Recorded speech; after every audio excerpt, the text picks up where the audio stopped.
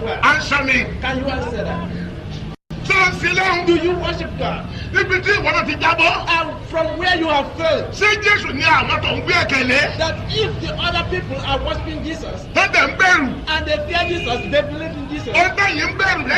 What you fear instead of God, that is your own way of idolatry. Are the witches, are the wizards, the people, and the devil.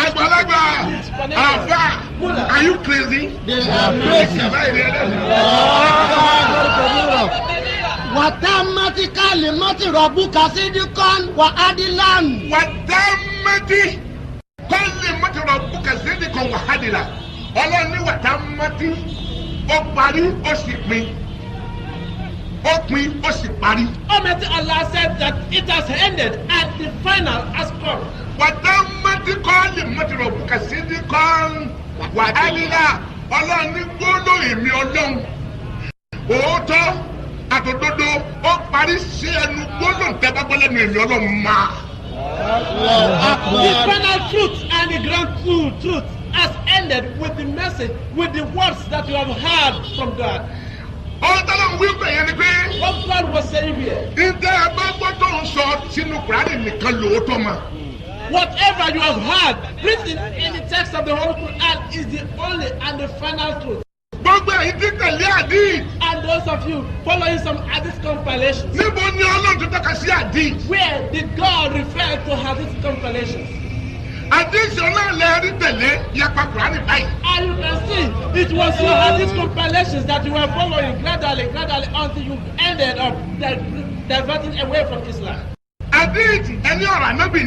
will say that the hadith were the sayings and the deeds of the Prophet Muhammad. I will say that it was the preferences of the mullahs. And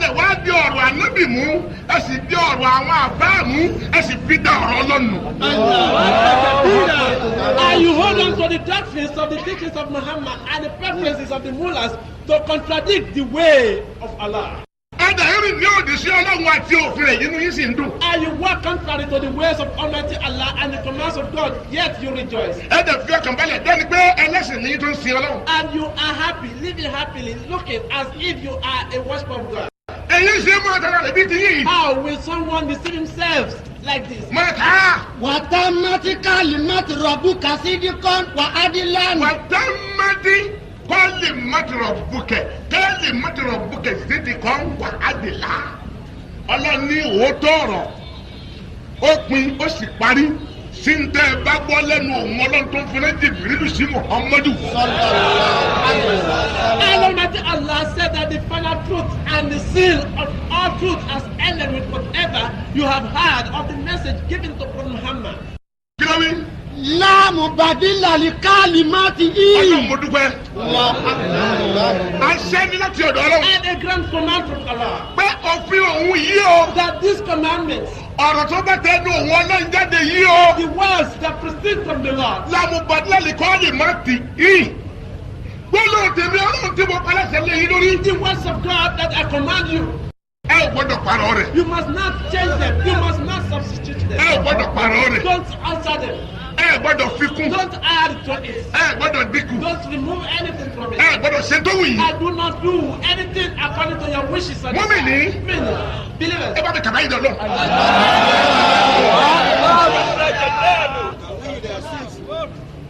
Gbogbo ẹ̀yà fà. All mullahs. Olè. They are thieves. Olè. Thieves they are. Tó bá jẹ́ pé ẹ bá jẹ́ ọmọ ọkọ sí Kùránì. But if truly. Lórí ìwà àti bẹ́ẹ̀ ṣe kiri wọ̀nyí. Ẹ jẹ́ ayéra wa.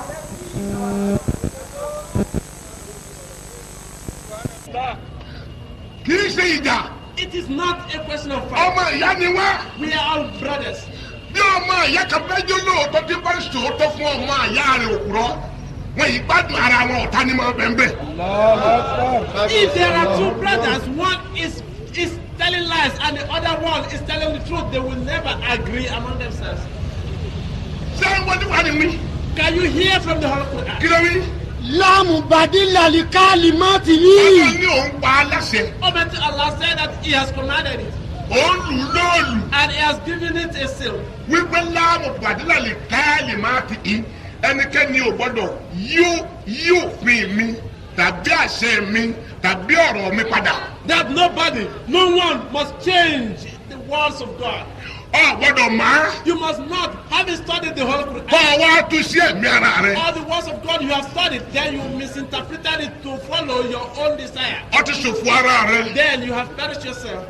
Ó sì gbọ́dọ̀ ṣaláì mọ́ kọ́ ọmọ ṣe ìwàásù. And you must not, having studied the whole Quran, when you are then preaching, Ó tó dénjà jù láyé ni kéèyàn má ní ìmọ̀ kó bẹ̀rẹ̀ ìwàásù. the most dangerous thing is for one to be ignorant of the laws of God and to be preaching. Yóò sọnù yóò sọ ìmọ̀ iye èèyàn tọ́lọ́ ń bá nífẹ̀ẹ́ sínú. Because such a person is going to mislead himself as well as people who are following him. Báyìí ni gbogbo àwọn àfáà wọ́n torí owó tó fẹ́ máa gbà ní wáàsí wọ́n bẹ̀rẹ̀ wáàsí lẹ́yìn mọ́ ìpìlẹ̀ tó pin Kùránì wọ́n fi ń kọ̀nẹ́ẹ̀tì owó wọn sọ wáàsí di ọ̀nà òwò lórí ilẹ̀ rẹ̀. This is how many people having learned a little of the Holy Quran without seeing the beginning and the end of it, they begin to preach about collecting money from people, making the way of the calling people to the words of God, they have turned it to a way of business. Níbi tá a bá dé yìí o, At this point, mo fẹ́ ka ọ̀nà kan sí kí n tó máa tọ́ka sí ohunkóhun kí n tó máa tọ́ka sí gbogbo ọ̀nà tẹ́gbà yàtọ̀ náà. I would like to refer you to one other injection before we begin to recite all those places where you have diverted away from God. Wọ́n sọ ti jẹ́ àṣìyàtì. Chapter 45. verse 18. Aya sita. aya síta تلك aya kẹfà. Verse 6. Ó yá تلك آيات الله ẹ gbọ́ ká dáadáa kétí wọn gbọ́ ọmọ mọ́ríkàsà ni wọ́n ọmọ agége ni wọ́n Recite it very well in their own balance. ọmọ yìí sọ̀lọ̀ ni They wọ́n are Arabic scholars. They understand grammar. ọmọ Màdínà ni They wọ́n are learned ones from Madinah. ọmọ Káírò ni wọ́n Also from Cairo. wọ́n ké They have read it. wọ́n fà They á have understood. wọ́n mọ̀ ẹ́ They know it. wọ́n yapa rẹ̀. But they Kábíyèsí divert it away. irú ẹ̀yin ní ibú kírísítẹ́nì Is it you that will be accusing the Christian? lóòótọ́ ní kírísítẹ́nì yapa wọ́n ń bọ òrìṣà nípa pé wọ́n ń sin Jésù sẹ́yìn ń sin lọ́ọ̀ni sẹ́yìn kì í sábọ̀ ọ̀sà. Truly, the Christians have gone far away. They are worshiping idols. Well, how about you? Are you not worshiping idols? ẹni ṣùpá ó ń bu ń gẹ̀gẹ̀ ẹ ó ṣeun onígẹ̀gẹ̀ náà ń bu ẹni tó so yìí ìpá. And you find two alien men, one with small gutter at the neck, and the other person having the gutter at the private part, accusing one another. ọṣẹ ọmọ mi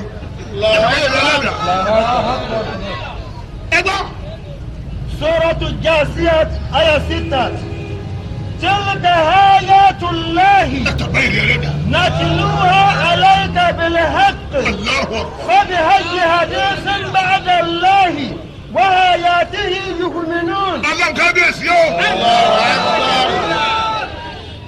ọlọ́ni tíìlìkà ẹ̀ẹ́dúnlẹ̀ ọlọ́ni Kùránì tí í ṣe ọ̀rọ̀ èmi ọlọ́yin. Almighty Allah says that this book, Al-Quran, containing the words of God, آيات الله tíìlìkà ẹ̀ẹ́dúnlẹ̀ ìwé òfin ọ̀rọ̀ èmi ọlọ́ta ń pè Kùránì the yìí. book of God containing the verses of the words of God, نتلوها عليك بالحق ندلوها عليك بالحق bí mo ṣe fi rẹ́jì mi nínú gan bẹ́ẹ̀ ló ń kà á ṣe tí gbọ́ wà nábì kò fi kó kò dínkù kò dé meet road. Kábíyèsí Ọlọ́run. it was revealed and sent to you directly from God through Angel Gabriel to you, Muhammad sallallahu alaihi wasallam, without any change of words. ó tọ́lọ́ fẹ́ ló ń bẹ̀yẹ̀ ni pé Jìbìrìlù ò ṣiṣẹ́ jẹ́ fún wa nábì. What Almighty Allah intended at this point is that Angel Gabriel committed no mistake while delivering the message of Al-Quran to Muhammad. kó lè yé ìwà nábì pé But that you, Muhammad, may be assured òfin mi ti ń bẹ lọ́wọ́ rẹ yẹn. that the laws of God that you are having, Jìbìrìlù kò sí í jẹ́ kò sí í wí kò wí nǹkan mi ayọ̀ tí mo fi rán bí mo ṣe fẹ́ gan-an ló ṣe gbé ilé ẹ lọ́wọ́ bó ṣe wà lọ́wọ́ rẹ ní bẹ́ẹ̀ náà ni. that there was no distortion in the relation or the transmission of the Holy Quran direct from God, So it is from God as it was handed over to you, Muhammad. kí ló wí. فبأي حديث بعد الله وآياته يؤمنون. ọlọ́run mo dúpẹ́. bẹ́ẹ̀yàn bá rí òótọ́ sọ. If one is able or permitted to speak the truth, should give thanks to God. kódà bá dé pé àlìkè àmọ̀ ni ó bọ́ sí inú rẹ̀ ó sì máa dùn. Even if such a person will speak the truth and end up going to heaven, he should be happy. torí Repeat. فبأي حديث بعد الله وآياته fábí يؤمنون. ayé àdìs ọ̀rọ̀ wo ni. Which other words? wàhálà tì í òfin wo ni. What are other signs of commandments? fábí ayé àdìs ọ̀rọ̀ ti ta ni. Whose words are they? wàhálà tì í òfin ti ta ni. Or whose other commands? bàádà láwù lẹ́yìn ọ̀rọ̀ mi àti òfin mi ọlọ́run. Other than the words of Allah and the commands of God. òfin ta ni. Whose other words? ọ̀rọ̀ ta ni. Whose commands? lẹ́yìn òfin mi. Other than the commands of God lẹ́yìn ọ̀rọ̀ mi. and the words of God. ọ̀rọ̀ tatún ni. Whose other words? tẹ̀tún gbàgbọ́. You believe. tẹ̀tún tẹ̀lé. lẹ́yìn mi ọlọ́run. Other than that of Allah. gbogbo èèyàn àbọ̀. All these clergymen àti ti lọ́rin. and those in the Lord. àti ti Ìbàdàn. And Lagos Ibadan àti tẹ̀gbá. Egbamula. àti tẹ̀kọ́. Lagos Mula. Tondo. Tondo Mula. Saudi Arabia. Saudi Arabia. tilẹ̀kílẹ̀. Everywhere. àǹtà o ẹ wá. I invite you to come. mo fẹ́ rí yín. I'd like to see you. mo fẹ́ rí I yín. want to see you. ẹ̀dẹ̀ bá orí ilẹ̀ alájẹ́ báyìí. How come you spoil the world like this? ẹ̀dẹ̀ sọ́lọ́ ń di ọba àwàdà. And you turn Almighty Allah to a jester. ẹ sì ń fi ọkọ sí yẹ̀yẹ́. And you make fun and mock with Allah. ẹ̀dẹ̀ fàyàbalẹ̀ sí ọ̀la ẹ̀dẹ̀ ń ṣe tó wù yìí. And you are peaceful. You are thinking that you are doing what you like. àfa Mullah, ìwọ ta ni. who are you? wòlíì Mullah, ìwọ ta ni. what are you? èèyàn Man, tani ọ́ what do you think? alìjẹnu Genius. tani ẹ́ Who are you? talẹ́ni náà Who is that? mo ń bẹ kí yàmi ń bẹ di ìlà táwọn kùnà yọ What is left after Allah? Nothing. ọmọ wá sí bẹ̀rẹ̀ lónìí pẹ̀lú aṣọ lọ. Let's start this night. ẹgbọ́n ń dá àkànní sí pé fábì áyì àdìsí wàáyà tì í bàádàlà yóò mìíràn náà lẹ́yìn òfin mi ọlọ́run àti ọ̀rọ̀ mi òfin àti àṣẹ àti ọ̀rọ̀ katúlẹ̀ tó ń gbàgbọ́ lẹ́yìn tèmi ọlọ́run. Other than the commands and the words of God, which other laws or the words or the commands of any other person that you believe in? ẹ̀yin àfáà ti ń lo àdìs fábì áyì àdìs ẹni àdìs ọ̀rọ̀ ànábì rèé ọlọ́run wá yẹ̀yí ànábì láàrin kan kí ló wí. And those mullahs who are saying that these are the words of the Prophet Muhammad, but Almighty Allah had made nonsense of some sayings of the Prophet Muhammad. ànábì tẹ ẹgbẹ́ lé ipò pé kẹ́ parọ́ mọ́ fi da ọ̀rọ̀ ọlọ́run ọlọ́run níwà mọ́bí Muhammad. Suratu Ali Imran aya comes to Waribauna wa Miati chapter 3 verse 145. kí ló wí. Wa ma Muhammadu illa bi rusulu kọ́ríkà láti mi ń kọ́bùlì rusulu afahimata ọkùtìlà àǹkọ̀lábùtò aláàkábìkún wàmáyáǹkọ̀líbà làkìbẹ́ì fàlàǹyàdúró láwùjẹ́ àn wọ́sànà jìsí aláwùsá kiri náà. Allahu Akbar. kí ló wí. Wa ma Muhammadu. ẹ̀yin tẹ́ ẹ mọ̀ ọlọ́tí mọ̀ pé àwọn jìbìtì ó pọ̀ nínú àfa. Almighty Allah did knew quite well that there would be many dubious mullahs. wọ́n mọ̀ ní sọ ọ̀gbọ́ ṣé ọgbà ànábì gbọ́ They ni. will say that, didn't you believe Prophet Muhammad? ṣé bẹ́ẹ̀ dáwọ́ lọ́wọ́ ni ànábì Muhammad. Was Prophet Muhammad not a creature of God? ṣé bẹ́ẹ̀ ló dá ní òjíṣẹ́ ara rẹ̀. Was he not Almighty Allah who created him and fashioned him to be a messenger for them? ẹni tó gbọdọ̀ tẹ̀lé òfin tí ọlọ́run paláṣẹ ni tí ò gbọdọ̀ rú.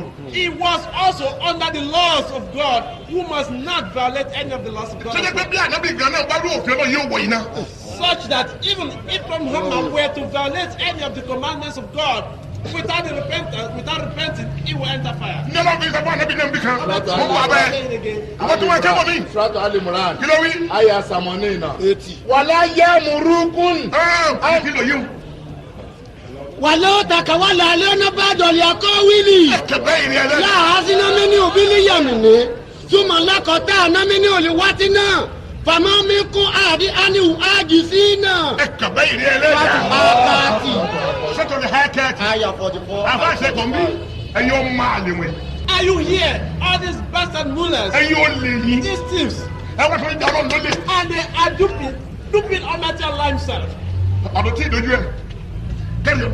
ولو تكول علينا بعض الأقاويل Wàlá takawala àìláyé bàdà àkàwélé.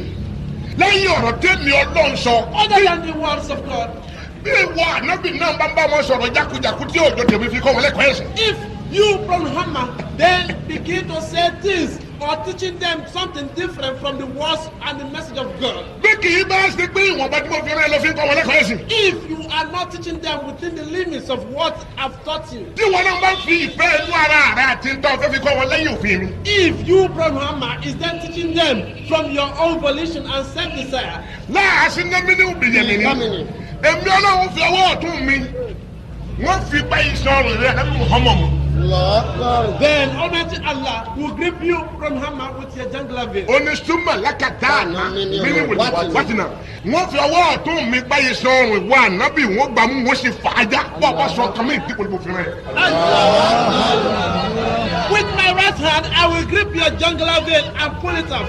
If you dare say something different from what I've sent you with. Wọ́n ká àárín yìí sí takẹ́lì mọ̀ pé ànábì ò jẹ́ kankan wájú ọlọ́run ó jẹ́ kọ́lọ́ ń dá ní olóore fún àwa ìdá tó kù ó fi ọ̀nà mọ̀ hàn fi ọ̀nà mọ̀ àwa tó kù kárìn ní ojú ọ̀nà náà ló fi lè jẹ́ sí àǹfààní fún àwa èèyàn ẹgbẹ́ rẹ̀. I'm bringing this that you may know that Brother Muhammad was nothing other than a creature like you and I, but Almighty Allah had endowed him with the grace and mercy from him by showing him the way, the right path that leads to him, Almighty Allah, that he might teach in turn other mankind that whosoever that then follows him will enter the mercy of God. Ọ̀yà ìjọ kàlọ́ tẹ́lẹ̀ máa kárí so. Suratu Al-Imran wa mamu. Kẹ́rẹ́. Wa ma Muhammadu. Kọ́díkà. Kẹ́rẹ́. Wa ma Muhammadu. Illa Rasulu. Ọlọ́run ní kí ànábì já sí. Almighty Allah was saying that who was Muhammad? Ọlọ́run ànábì ò já mọ́ kankan. He said Brother Muhammad was nothing. Nítumọ̀ Meaning, kò jẹ́ kankan lọ́dọ̀ wọn lọ́run. he was nothing before Allah. Illa Rasulu òjíṣẹ́ mi He ni. was just a messenger. Jẹ́tẹ́ sọ yìí. What he said here. Wọ́n náà ní Jésù sọ nínú John 17:3. Jesus said similar thing in the book of John Kí ló wí? 17:3. And this is eternal life, that they know you, the only true God, and Jesus Christ, whom you have sent. Ìkàbẹ́ ìdí ẹlẹ́dà. Kí ló wí? Jòhánù orí kẹtàdínlógún ẹsẹ̀ ẹlẹ́ẹ̀kẹta iye àìnípẹ̀kun náà sì lé èyí. Ó tó lè mú ẹwà ìdáná náà rẹ̀ o. This is the thing that will make you to enter the Tó lè paradise. mú ọwọ́ gbẹ̀yẹ́ dẹ̀. That will get you to the garden of Bíṣọ́ọ̀bù, Bishop. rẹ́fẹ́rẹ́nì, Reverend. pásítọ̀. Pastor. Ó tó lè mú ẹwọ́ gbẹ̀yẹ́ dẹ̀ yìí rẹ̀ o. This is it that can make you to enter. Kí ni nǹkan náà?